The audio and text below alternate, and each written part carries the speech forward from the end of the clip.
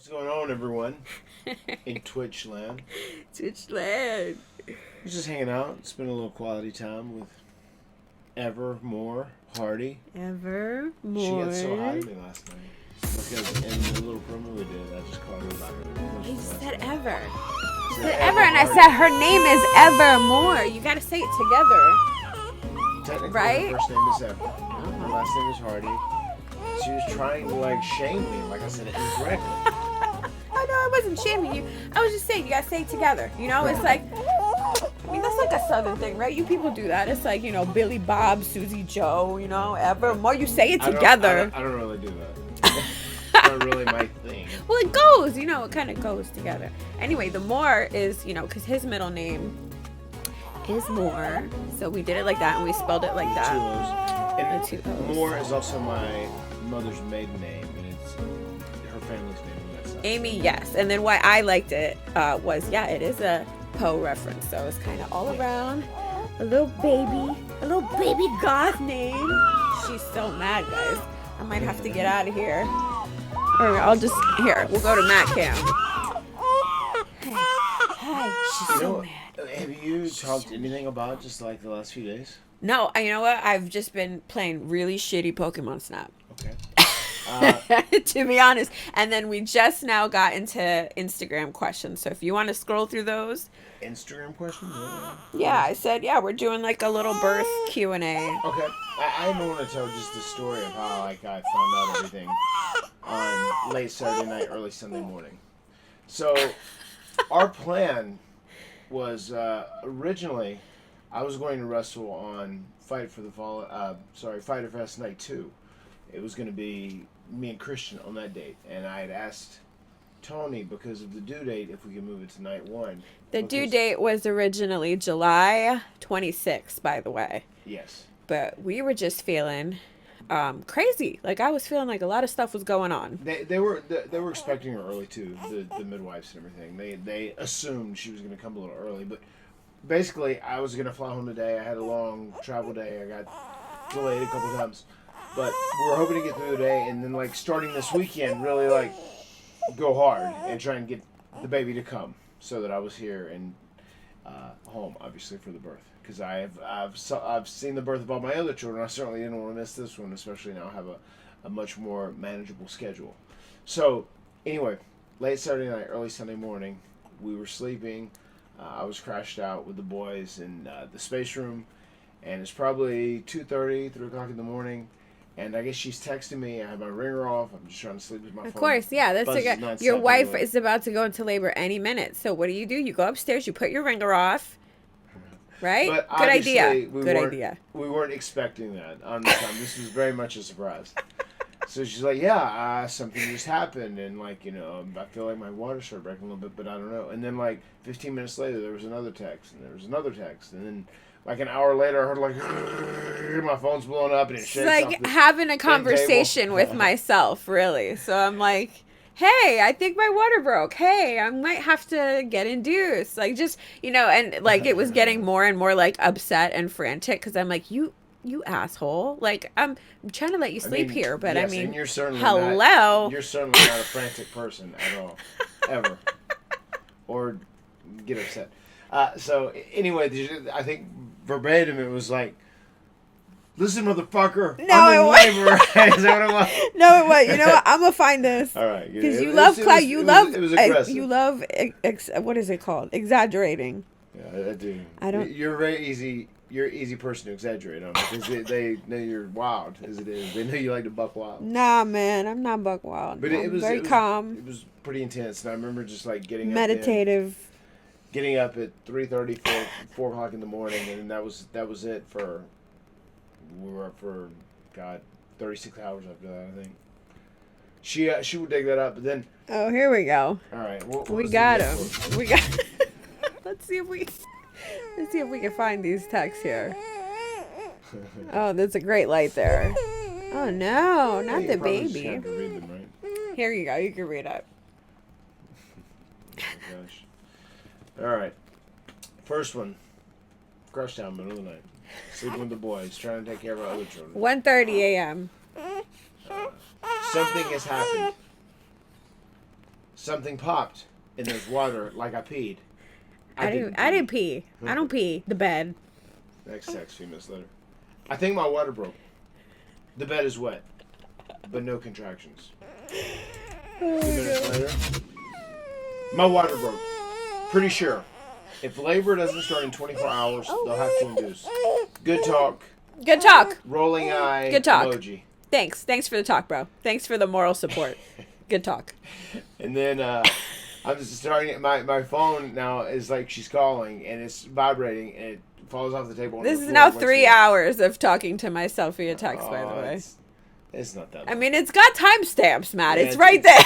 A couple hours from when your first one was.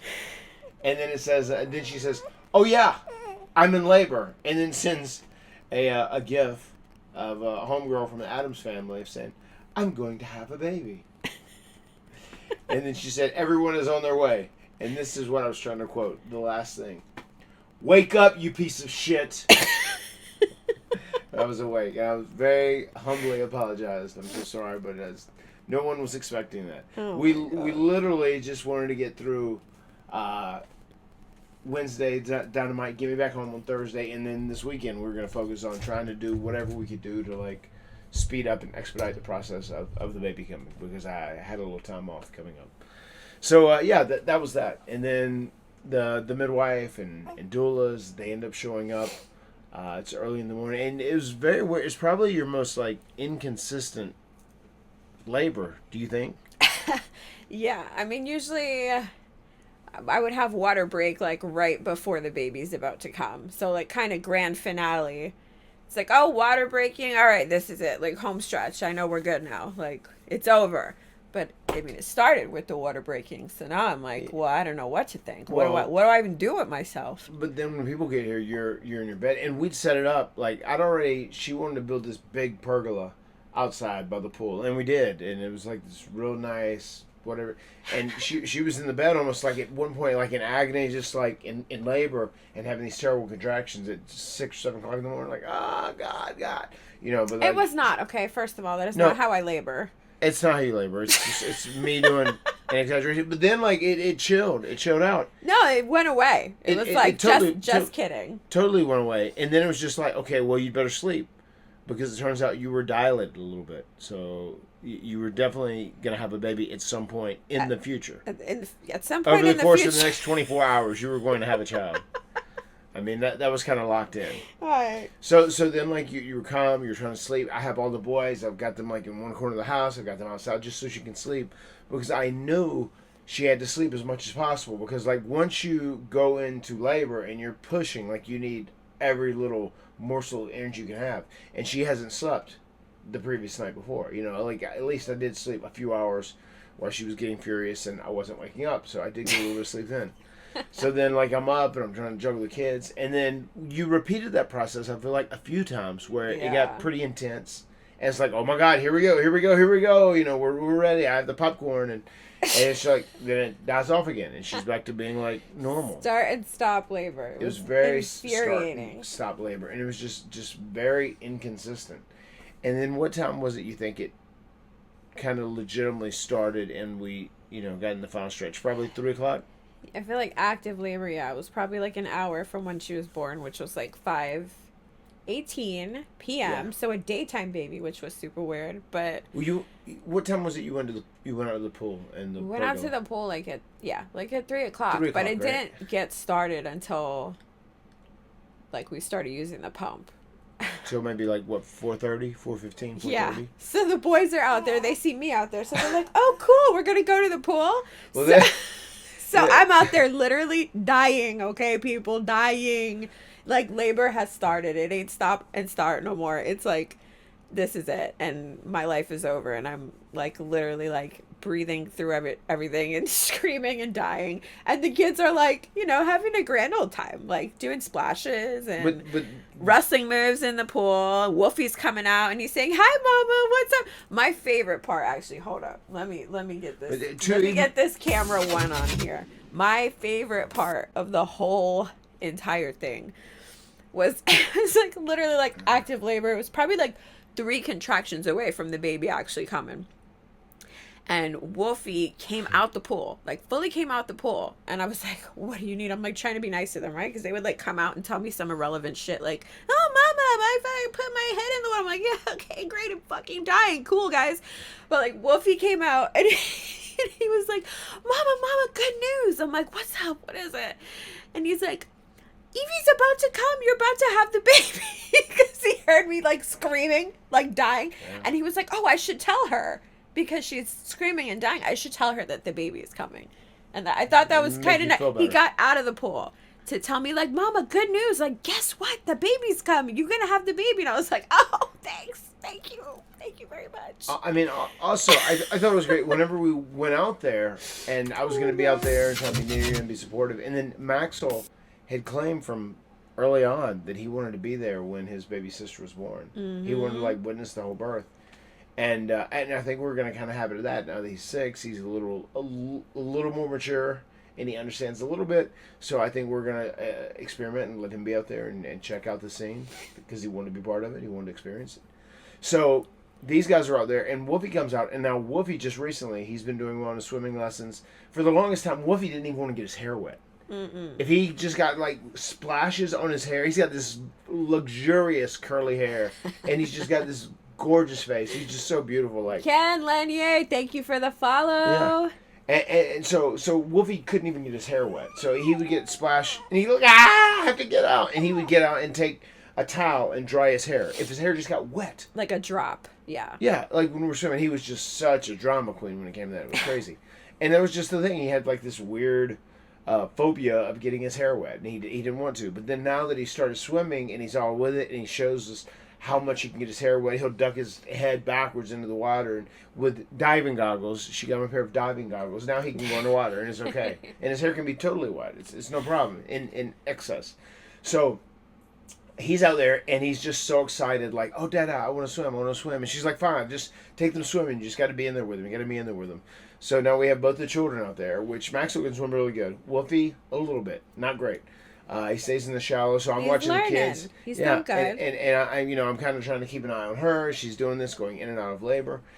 And I just know, like, it became like a total swim session. And they're wanting to play and do this. And, like, Wolfie and Max will go, like, Mama, take a picture. She's like, ah! They're being 6 and 4 years old.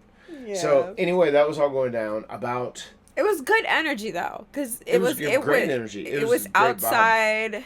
And then it ended up storming, which was crazy, but it was really beautiful at first. And it's like, even though I was like super like wanting to die, and I would like look over there and be like so happy and like frolicking. Like it was nice. And then it's like it's 4:30 and it's like raining.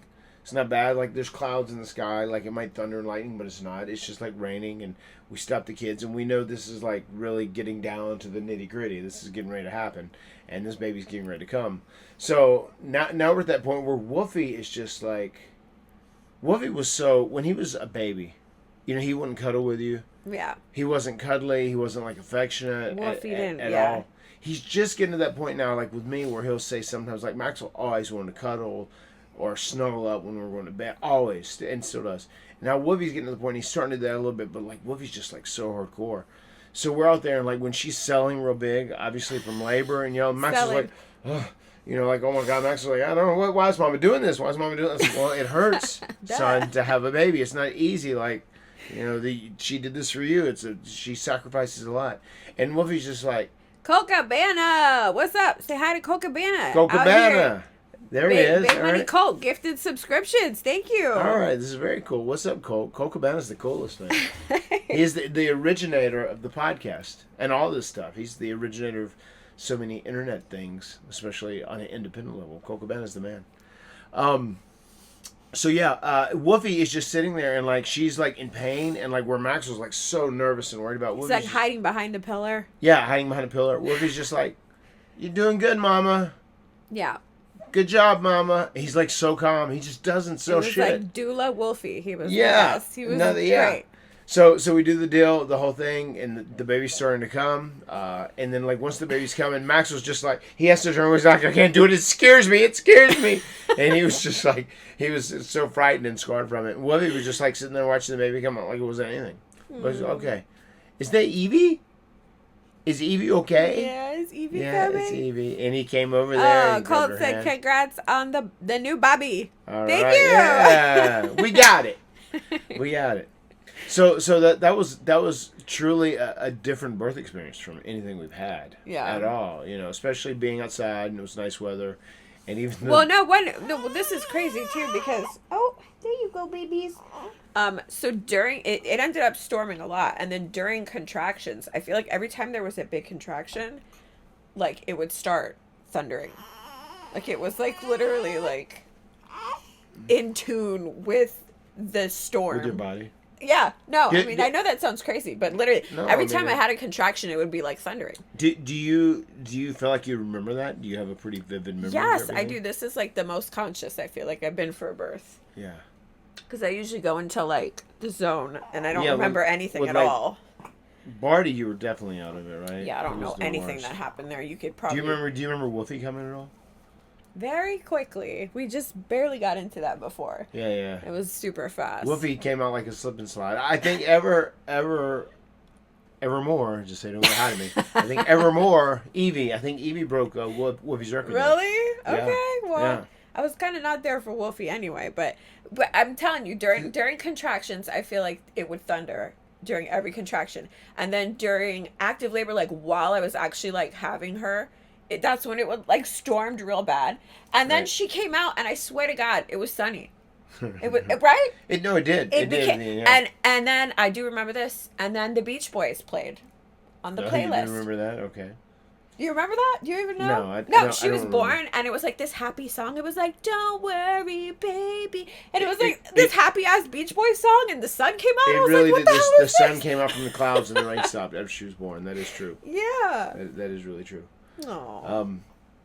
So yeah, that was super cool. And then like later that night, as we're doing everything, and you know the midwives and doulas, they're checking you over, they're doing everything, checking the baby, making sure everything's good, making sure sweet little Eevee's perfect, and she was, fortunately. 6 pounds 8 ounces. She's got long legs though. Long legs, right? She's got legs, little girl. She's got long legs. And one day she'll walk and know how to use them. Okay. Is this a song that I don't? What song is this? You don't know the song? No. What is it?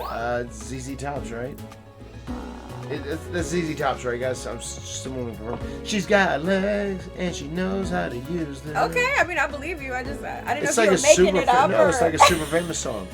Okay, guys. I mean, I'm not a Is big this ZZ real? Top fan. Okay. That's real, right?